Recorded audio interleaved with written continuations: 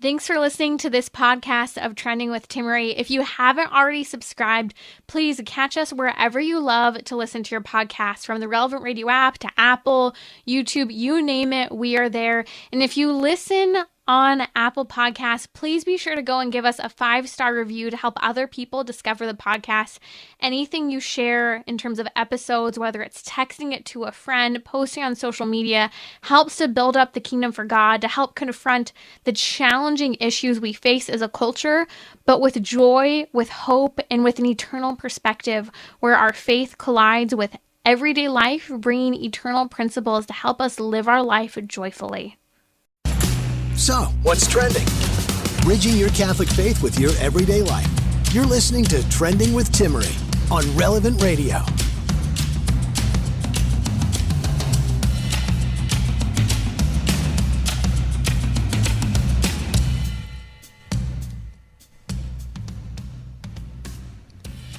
Welcome to our weekly happy hour here on Monday. And, I really think it's a happy Monday because most people will not be working on Thursday for Thanksgiving, and most people have a 2-day weekend. If you don't, God bless you. We'll pray for some restful time and at least some good food, right? On the bright side. I am so happy to be having delightful food with family and enjoying relaxing. Thanksgiving, I don't know about you, but with all of the food sensitivities and diets, I know it can be difficult, especially I think sometimes if you got kids coming on, you're thinking, man, who isn't on a diet? They've got keto, they got paleo, this one's vegan, this one's gluten-free. We laugh about all of that, but I'm one of those pain in the butt people because I'm allergic to gluten and dairy, and so I'm always really grateful because my parents are so great. My mom is so great about making sure that I can eat my favorite items for Thanksgiving, and no one makes a turkey like my mom.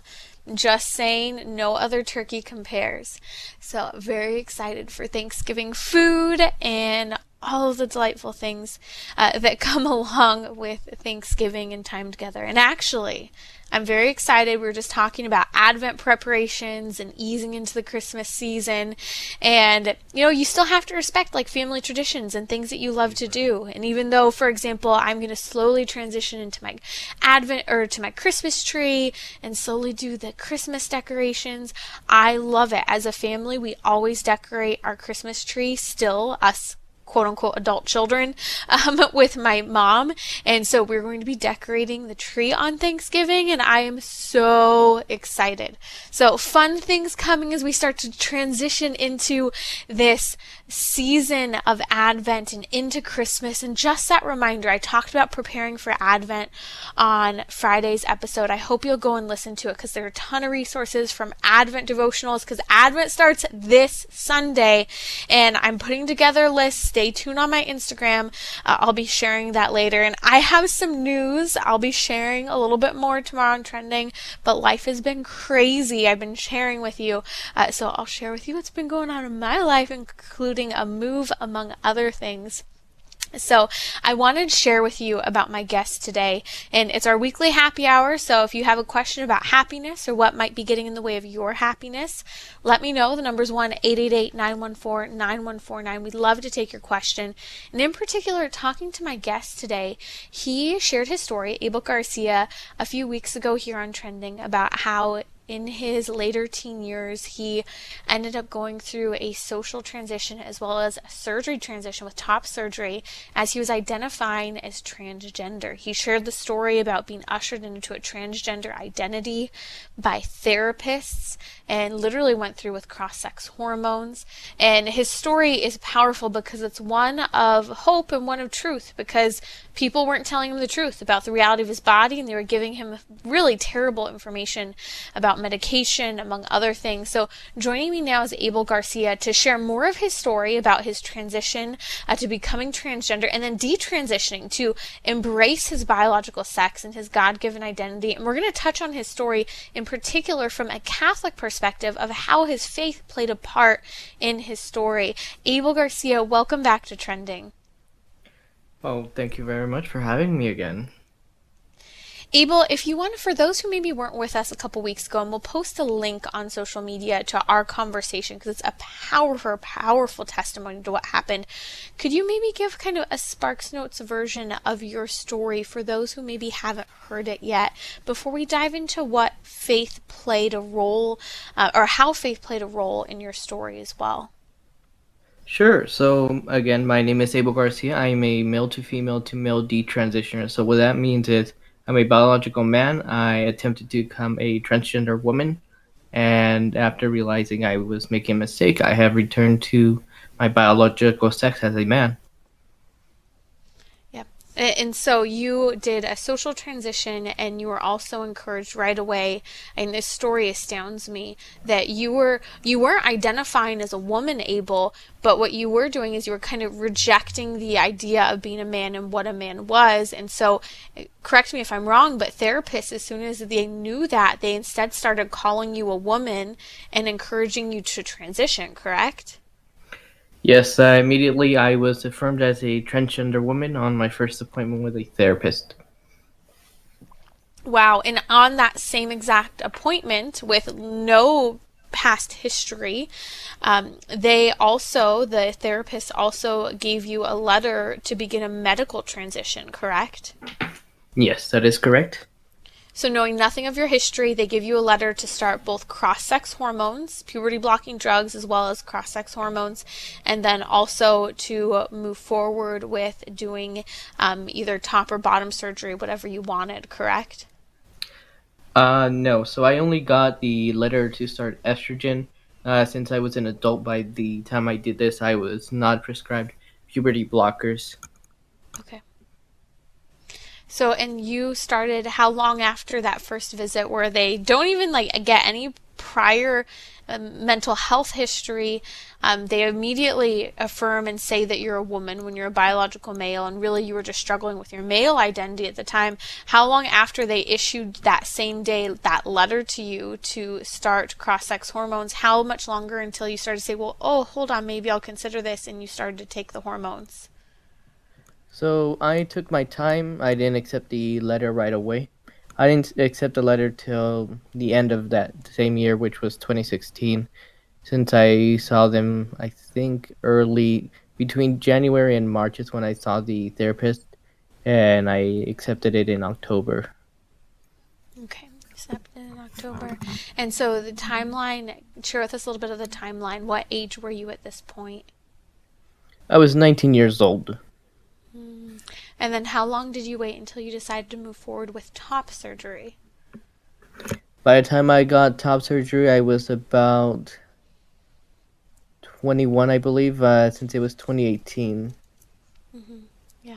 So then, for those who want the fuller story, the full story of the transition and how the therapist treated him, the impact of your father as well in that male role of, your father working a lot and, the migrant lifestyles you mentioned of being an immigrant to the United States and how you were really raised in many ways, by grandparents and whatnot.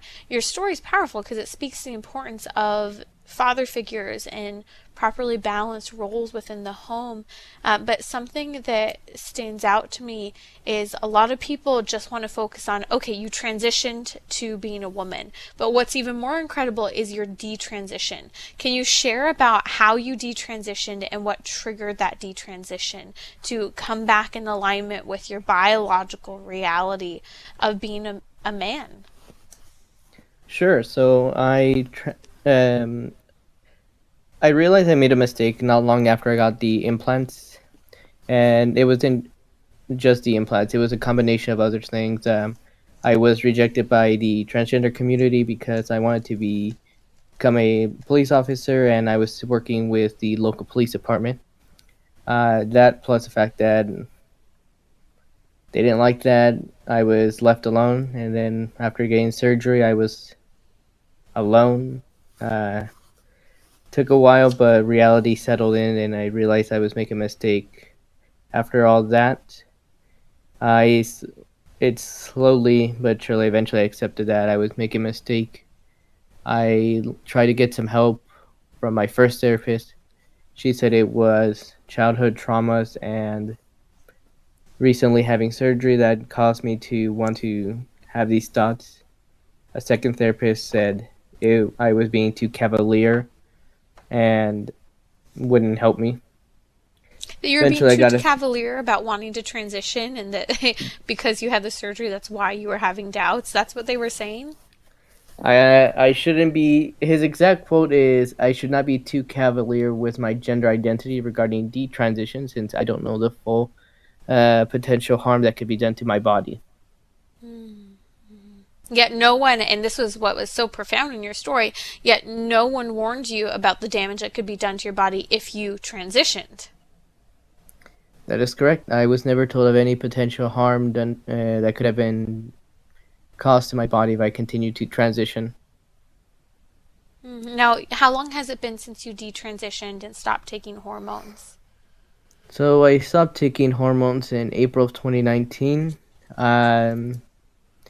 I had the implants removed in December of 2020, and then February of this year, I had my chest reconstructed one last time to fix what was left from everything.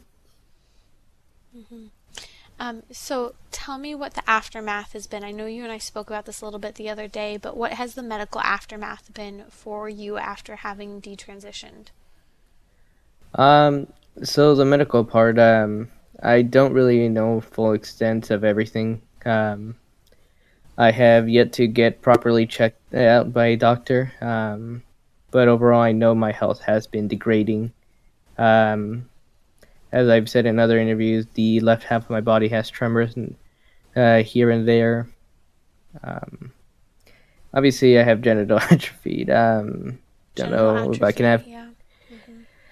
don't know if I can have kids, and overall, there's some other stuff I need to verify before I start speaking on that. If it's due to the fact that I started my transition all those years ago. Yeah. Wow. So, Abel, what I want to talk about today, that was kind of running down your story, and thank you so much for kind of giving us a Sparks Notes version. If you want to hear the full version, we spent a whole hour together, Abel, a couple weeks ago, and your story is one that people need to hear, whether you're a parent whose child's maybe starting to show gender dysphoric identity or wanting to transition. It's so important to hear. Maybe you're just saying, you know what, what's the big deal? Someone wants to say they're a woman and they're really a man. What's the big deal? Your story speaks so deeply to that crisis I think many people have of this idea, well, you do you, and if that makes you happy, well, actually, biological reality, the human person matters, and that's something you emphasize so clearly. But let's talk about faith. So, Abel, you grew up Catholic. How did your Catholic faith play a part in this whole situation? Where was your faith when you were struggling in those earlier years of college with a male identity? So growing up, I was raised Catholic, but I was never really into my religion. Obviously, the most religious are my grandparents, then my parents, and I'm not. Growing up, I wasn't the most religious. Really didn't care much for it. While transitioning, I didn't like religion because I. The more I look at it now, I think I was in a cult with everything that I did. So they obviously painted religion in a negative light. The So transgender community was a yeah, cult, you're saying? Okay. yes, I call them a cult and a new religion is how I address them nowadays because that is how they behave. How so? Uh, well, if you see examples of cults online, that's how they behave. And regarding religion, they replace God with themselves. They switch to the Holy Spirit for their gender identity or gendered spirit, however they want to call it. Gendered soul, I think is what they call it nowadays. And obviously, if you even slightly disagree, you become a heretic and they will excommunicate you. Yeah, so they want you to fully adhere to their doctrine. That is correct. So let's talk about it. So your faith was you grew up Catholic, but you weren't really practicing or like you weren't owning it or interested in your faith, it sounds like. That is correct. Now, as you started going through that transition, where was your faith? Fast forward through high school, coming out of high school, you're 19, 20. What role did your faith play in your life? Again, I didn't have much faith until a couple years ago when after I realized I made the mistake, and I've slowly been trying to rebuild it. So as you recognize, I find it fascinating. So you recognize, okay, I don't believe in this transgender lie. It has led me to take cross-sex hormones. It's led me to have top surgery. It's led me to socially transition. Now the exact community that claims to be my glitter family, right? Because the transgender pro-LGBTQ community will say, we're your family now. We accept you. But then once you transition, you slightly question the status quo. They kick you out. They turn against their own people. What point, as you transitioned, are you starting to say, okay, well, maybe there is something important to God, and why was it? Did you say, okay, God made me male and female? Was it that you really needed to believe in, someone, specifically God, to help you through that transition? What did that look like for you? So after I realized my mistake, I knew I was raised in a Catholic family. So I slowly but surely was trying to go back to it on my own terms, not on the terms that my family had put on me in the past. Mm-hmm. You wanted it to be your own. Yes. Yes. So how has faith played a role now as you're, growing into your Catholic faith of your family, of, your upbringing? How do you find it significant for you as you're going through this healing journey of coming out of all of this? It's brought me a lot of peace with everything that I've done, but as I know a lot of people have told me I've been forgiven for what I've done, but even though they might be right, and they are probably right, I still want to take my time with what I've done to heal and atone for what I've done. So overall, it's going to take a while for me to feel comfortable again with my religion and everything. Mm-hmm. Mm-hmm. Has our Catholic faith been something that's been helpful for you as you're reorienting and kind of coming into the integrity of your sexuality and understanding maleness isn't just, a box that people like to put it in, but understanding who you are as a man? It's helped me with being at peace with myself with a lot of things that I've learned I can't really control. Mm-hmm. Mm-hmm. Have the sacraments played a part in your journey as you're going through this healing process and that process of forgiveness as well? I wouldn't be able to answer that question yet, just because, like I said, still working on myself overall, so I still have a lot to learn. Mm-hmm. Mm-hmm. Yeah. What do you think about confession? Have you been to confession? If you're interested or open to sharing. I haven't been able to go to church in a long time, just because, unfortunately, I'm very busy nowadays. So Mm-hmm. it's not a good thing, though. So it sounds like your Catholic faith and having God and having that prayer has been important, but there's still a transition back to the faith and making time. Yes, that is correct. Yeah. Well, my invitation to you, especially, coming back into your faith and wanting it to be yours, I really just want to invite you to the sacraments, to receive, our Lord Jesus Christ in the Eucharist, after having gone to confession.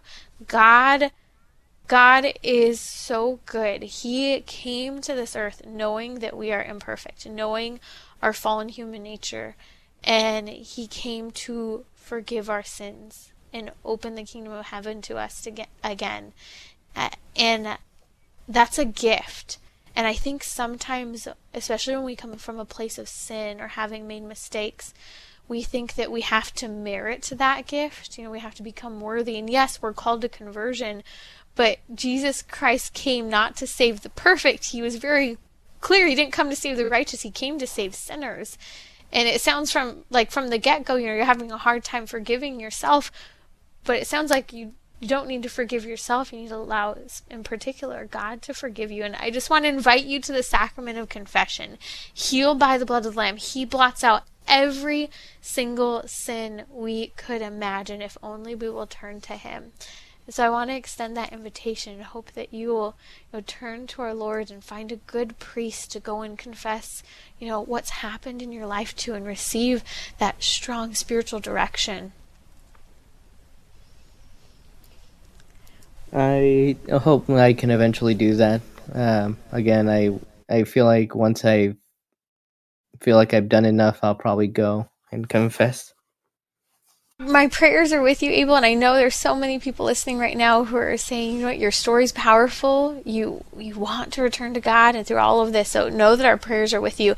Abel, we're going to be right back with Abel Garcia. He transitioned. He's a biological male who transitioned to becoming a woman, and after being pressured by therapists, given a letter on his first appointment with a therapist. The therapist knew nothing about him, and this therapist gives him a letter to start cross-sex hormones. He's since detransitioned and is rediscovering his Catholic faith. That's Abel Garcia here on Trending with Timmerie. We've tagged him on social media. We'll be right back in just a moment.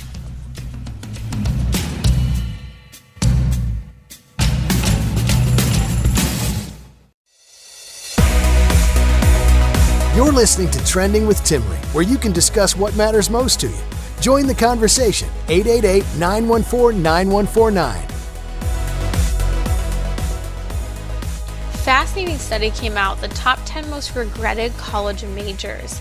We'll talk about it in just a moment, as maybe you or someone you know is getting ready to go to college or be sent off to college, and these graduates wish they pursued something else. It brings up the whole conversation about trade schools and certifications versus university. It'll be fascinating. We'll take a Catholic approach to this as well. It's our weekly happy hour today on Trending, and whether it be jobs or health, you name it, it impacts our happiness. Joining me now is Abel Garcia. He is what some people are calling a detransitioner, in the respect that he is a biological male who identified as transgender, as a transgender woman, and has detransitioned. His story is so powerful. He shared it here a couple weeks ago on Trending.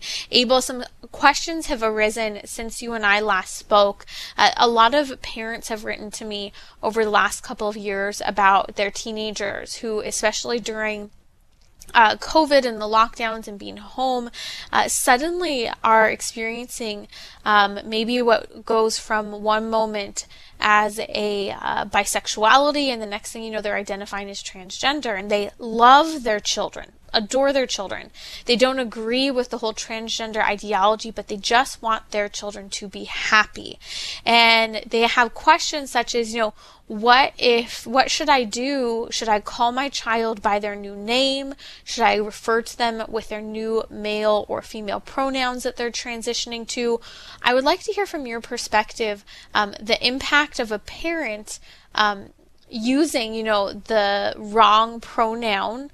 In other words, using the pronoun you prefer even though it's not the correct pronoun, again, according to your biology, and what the impact of using a different name has. What are your thoughts on a parent participating in that? I do not believe the parents should be agreeing to what these kids are saying. I know that the kids are obviously going to be upset about it, but you are feeding into the disillusion that they are having. And eventually, if these kids keep going down that path, others are going to obviously get into their lives and try to turn them against the parents, even if the parents were okay in the beginning with different names or different pronouns. And I think that's really important to hear. Like, from your perspective, you're saying don't do it. Like, parents, don't give in. It just causes more confusion. What would you say is the best thing that a parent can do when a child is wanting to transition or showing signs of gender dysphoria? Well, from nowadays, I see that's caused a lot by social media, so I would try to figure out what's the cause of it and get your child away from what is causing that identity, which nowadays is going to be social media, their phones, and whatever apps they like to use. That's profound. I remember you sharing your very first exposure to the whole idea of transgenderism was on YouTube, correct? Yeah, it was YouTube a couple of years ago. I think by now it's been over a decade. Yeah, but now, I mean, we're seeing even on Pinterest, like a lot of young girls are coming into this like transgender identity, and parents are going, I checked their social media, I checked Instagram, I checked Snapchat, but it was actually in particular on Pinterest that they were being exposed to and having these conversations about a transgender identity. I do see a lot of that stuff on Pinterest. I don't use that. Um, I have used it in the past, and I do I did see a lot of it then. And sometimes um I have to use it for some reason, and there's always gonna be something there with Pinterest, with especially nowadays with TikTok, Instagram, and every other option that kids use for social media. Yeah, and it seems very clear that especially places such as Instagram and other social media platforms, they're giving favoritism in the algorithms to these transgender stories and identities, and all of a sudden these people have these massive followings because their stories are ones that Instagram, Facebook, or wherever actually want to promote. And so they are creating influencers, and it's interesting to see because I'll follow some of these stories. They're sensationalized. That just pop up on my feed, and I follow them and I watch. As at first it's just something like, I'm questioning my gender. And the next thing I'm celebrating today. I've been taking cross-sex hormones for 3 months now. Or next thing you know, they're celebrating the top surgery, the bottom surgery, and it's astounding to me to just see how candid these people are on social media, these social media influencers, but how much it seems to me to become more about the attention they're receiving from the public on social media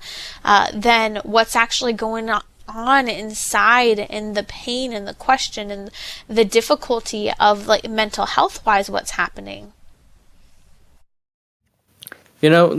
Now that you bring that up with the attention, yeah, a lot of these kids do get a lot of attention, and this is actually just perfect because this last week, I don't know if you were paying attention on social media, but they were having an entire week for themselves, with it ending yesterday with remembering those who died, and obviously these people sensationalizing their death.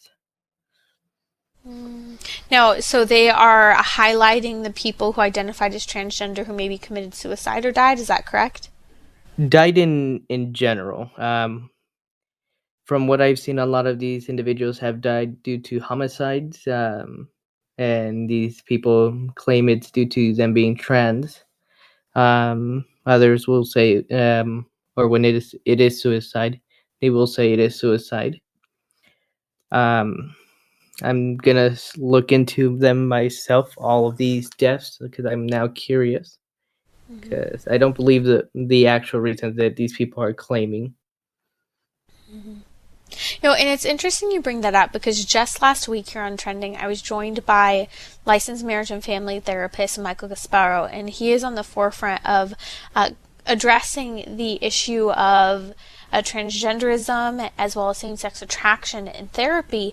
And it's fascinating talking to him and some of the top-level researchers and workers internationally. He was sharing he was just at an international conference on this topic, and that the international consensus really is that we shouldn't be encouraging children to go through with cross-sex hormone therapy or top or bottom surgery, and that we should be allowing what's known as therapeutic choice. So choice in therapy, that would mean where instead of the political realm pushing you to the political realm pushing you to say, you know what, you're not allowed to have this type of therapy. Instead, the client should be able to say, well, actually, for example, I'm a biological male, I'm struggling with gender identity, and I actually want to live in conformity with my biological reality.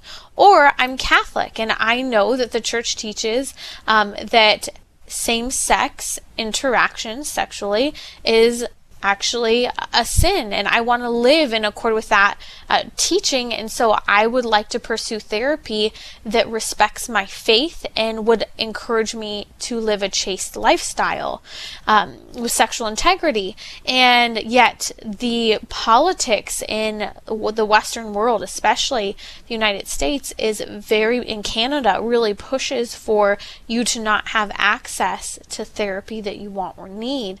And so it was interesting to hear that internationally, more so though, the approach is no, that's actually not the general consensus, and that's not what the data points to. But what's interesting is something they highlight over and over again, Abel, back to your point of the fact that there was just this last week on social media celebrating, or remembering, should I say, those in the LGBTQ community who have died, and sensationalizing their stories. What's sad is that many people in the LGBTQ community have what's known as a comorbidity. So they have some type of medical diagnosis that was never diagnosed, that needed to be treated. So maybe they actually had anxiety, depression, OCD, were sexually abused, and that was far prior to the gender dysphoria or same-sex attraction, and that they're being ushered into this transgender identity, but in reality they're never actually treated for something that is in part causing or leading that.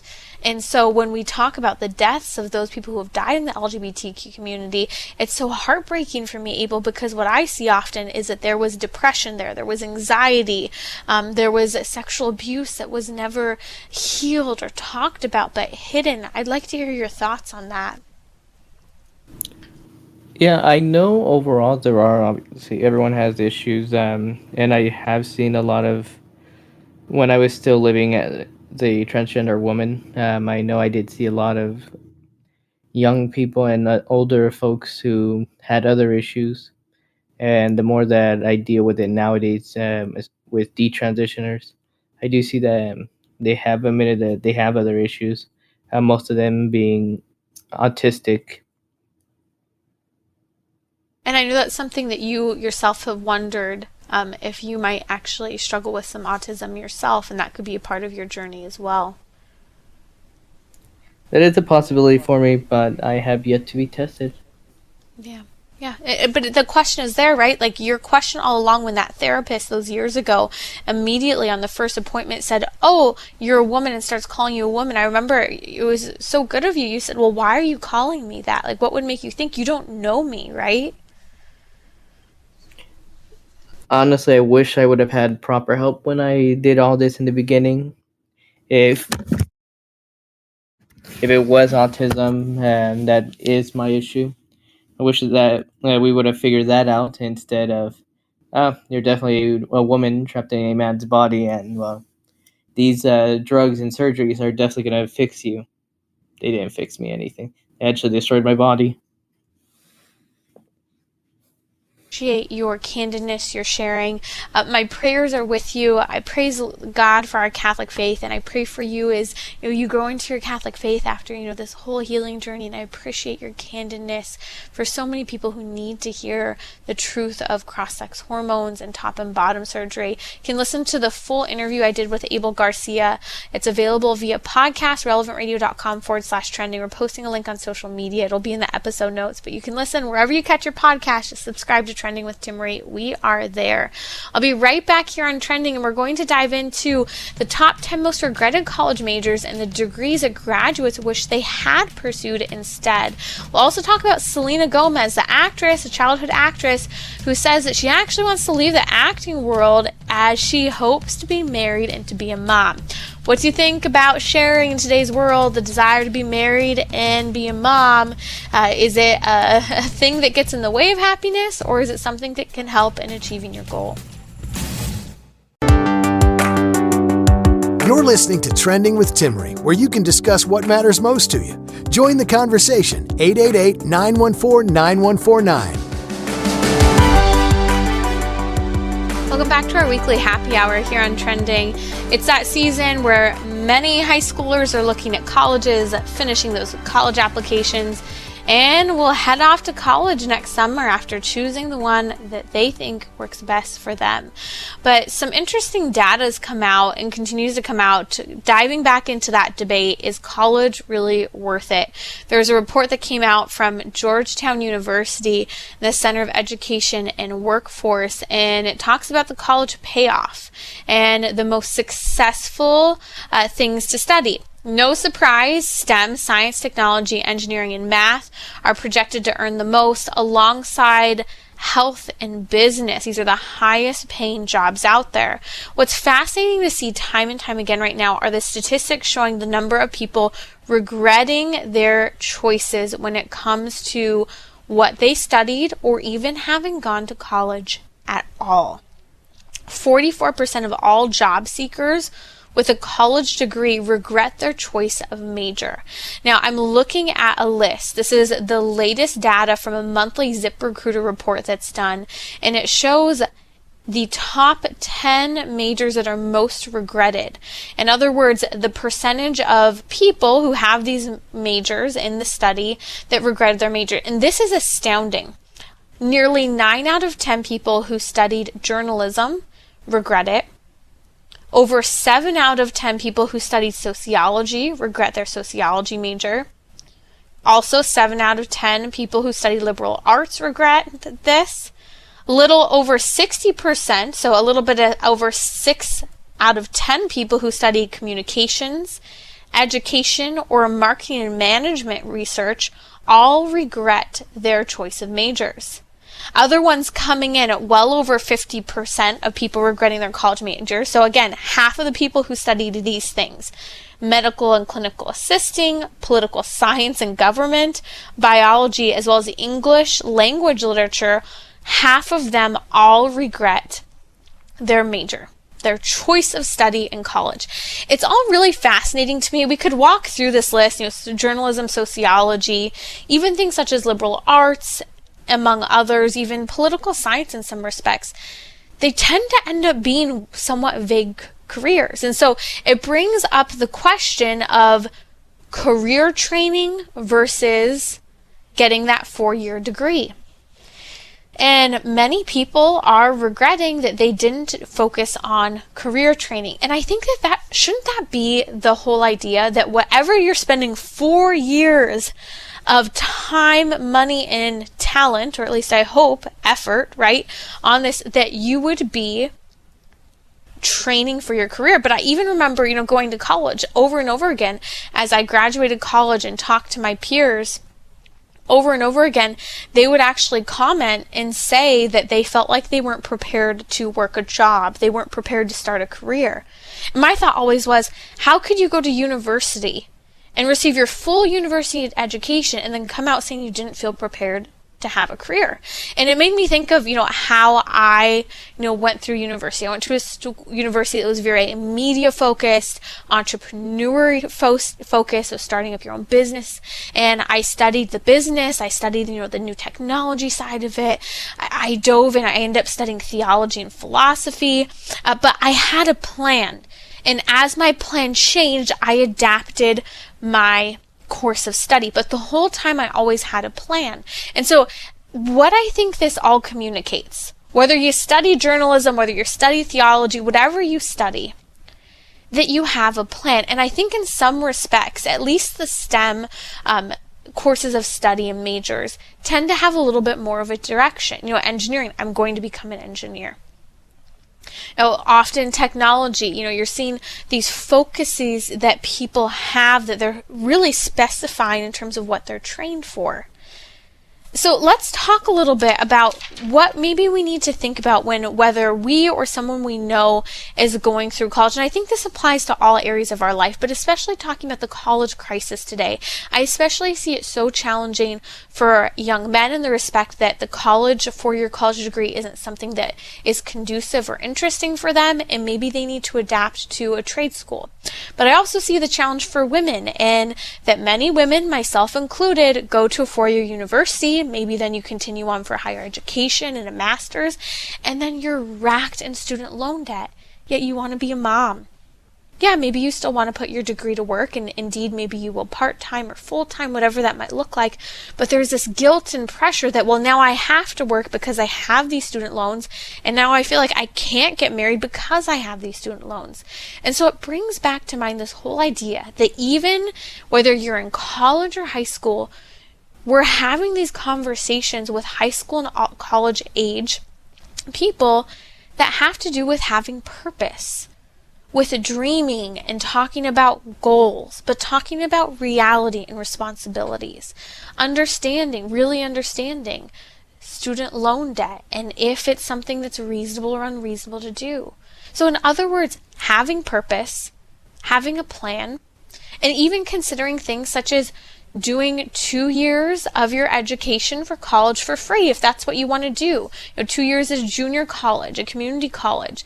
In some states, one can be in California, it's free now to go to community college. You can get your 2 years of general ed done. I think this is a great choice for anyone who isn't really sure about what they want to study. Or maybe someone who doesn't want student loan debt, or can save money, or have more adaptable schedule. And these are great choices, yet for some reason there's such a strong pressure on, I have to go to the 4-year university, it has to be prestigious, or I have to feel good about myself still by going to a 4-year university, even though I didn't get into the 4-year university I wanted. So instead of spending less money and going to the community college, I'm spending more money going to a university I don't even want to go to because I have locked in my head this idea that I have to go away to university. We need to break through some of these stigmas and the idealization of a 4-year education, and whether it be parents or whether it be the college student, think more practically with a purpose and a plan and knowing yourself. I think trade schools are a wonderful thing. I think certificate programs are fantastic. I think about everything from my sister who's studying cybersecurity and is already working full-time in cybersecurity before she even finishes her college degree. I think of many friends and family members I have who ditched college altogether to go to trade school, and they're thriving in the trades that they've practiced. Well, I think that, again, when we're talking about university, we need to be careful not to, and even with each child, maybe you have 3 children or 5 children, not having the same exact approach with how college is handled for each of them. Something I found, especially in my college years, is that experience matters. I think often today we have this approach where many kids don't work through college anymore, or even work in high school, and then they wait to start working until after college, or even wait to start working in the field of their choice until after college. One thing that I know I really did differently is I was working in the area that I was studying and preparing to go into after university. And that experience, from just a work ethic to the experience in network to the experience in the work and responsibility I was doing, was so important. And this brings us back, I think, really to a Catholic perspective on this entire topic. That we are called to be good stewards of the gifts we have, of our time, our talent, and our treasures. And that's a huge part of the conversation that should be had regarding choice of major, university versus community college, career training and certifications or trade school versus a university. How will we spend our time? How will we use our talents? How will we use our treasures? In other words, where will we spend our money? Whose money are we spending?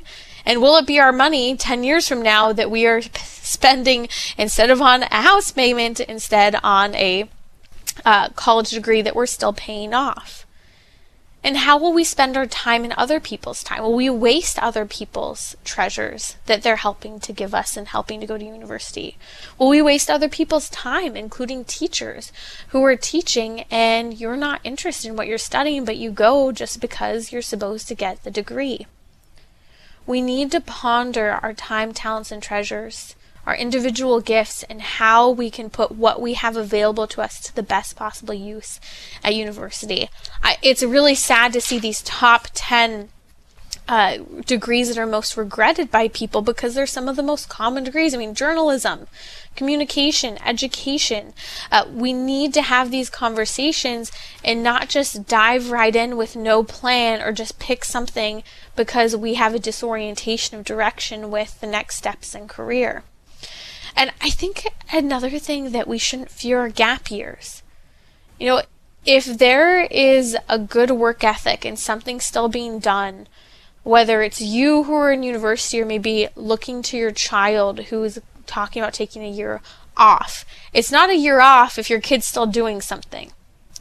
And I think that's the problem. If they're just sitting around, that's a problem. But if they're, working, if they're being responsible, maybe they're volunteering their time, maybe they're going on a mission, it can give the opportunity for maturity as well as an orientation in terms of what direction they want to go in for school without wasting money and wasting time going to school without any plan.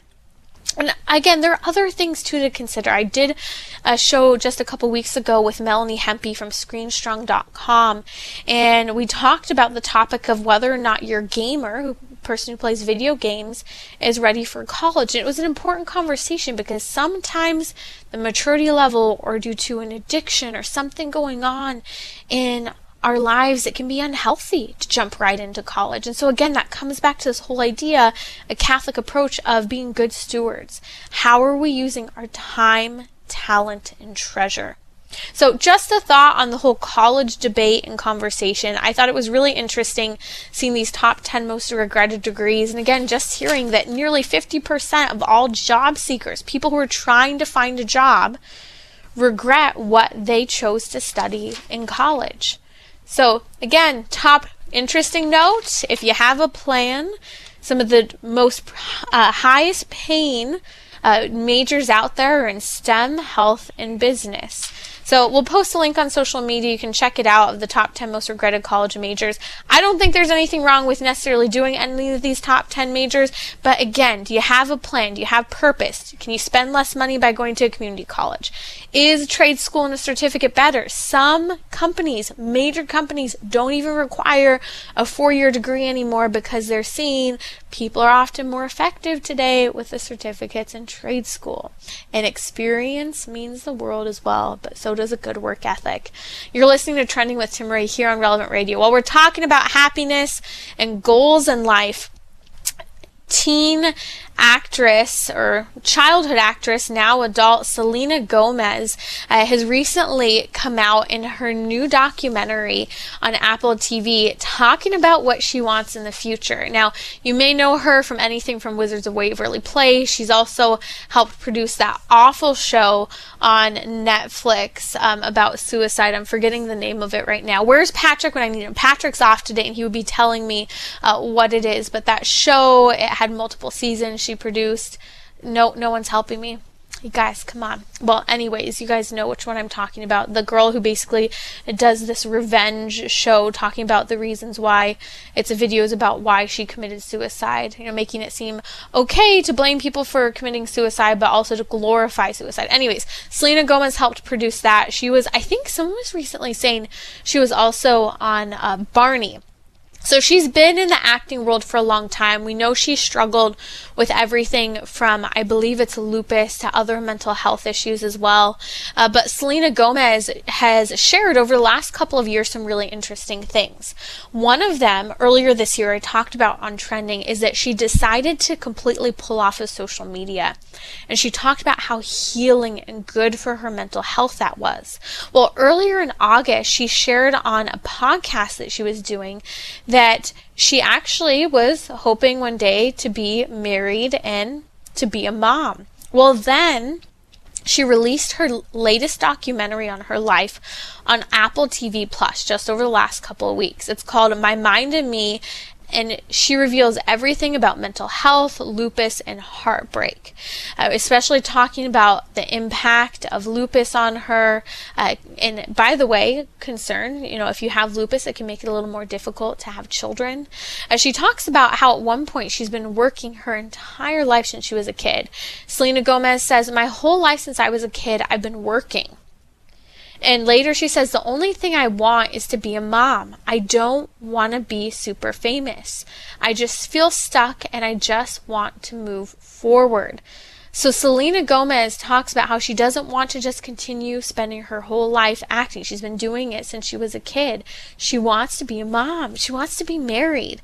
And I really appreciate it. You know, I'm not necessarily a Selena Gomez fan, but I appreciate these actors and actresses. A Spider-Man actor last week, coming up on his 40th birthday, regretting that he hasn't had children yet. And we talked about that here on the show. And then here's Selena Gomez, you know, in her early 30s saying something similar. I want to be a mom. I want to be married. This is my hope. This is my aspiration. Just like we're talking about, you know, really planning and thinking with college earlier, I think these are conversations that we shouldn't be afraid to have, whether you are a man or a woman. To say you want to be married, to say you want to have children. I think a lot of people think that to say that makes them seem less than. But that actually makes you sound human. It's natural, it's good and okay to want to have children. It's okay to fear having children and say that you're afraid of having children. It's okay even to say that you're scared of marriage and what kind of parent you would be.